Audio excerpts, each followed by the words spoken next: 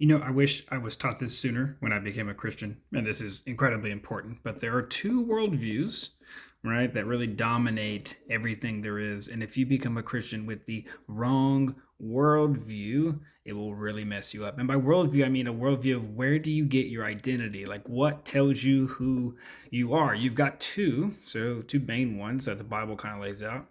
You can be, right? You are what you do, whether good or bad, right? How others treat you, whether good or bad, real or perceived.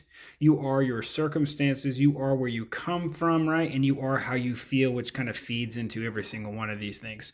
Or the biblical worldview, right? You are what God created you to be and what He redeemed and restored you back to. These two worldviews, right? You can kind of see this play out when Jesus says, don't put new wine, right, in old wine skin, okay? You can't take that old way of thinking of this is who you are and this is what gives you value and all that other stuff, right? And you can't give this stuff a voice when this is the only thing that deserves to give you a voice, okay? So like coming down, all of this, right? This was used for training. This is what this was for, right? To help train you to practice this identity and these different areas of life, to train you and to give you a diagnostic of how are you doing? Like, am I actually believing this and living this out? Or is something else coming out of me that I was never made for? Now, what's interesting is that both of these things, right?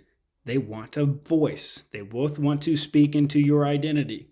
Now, here's what's important. When you're a Christian, right, everyone in your heart, you have a throne, right, of your life, okay?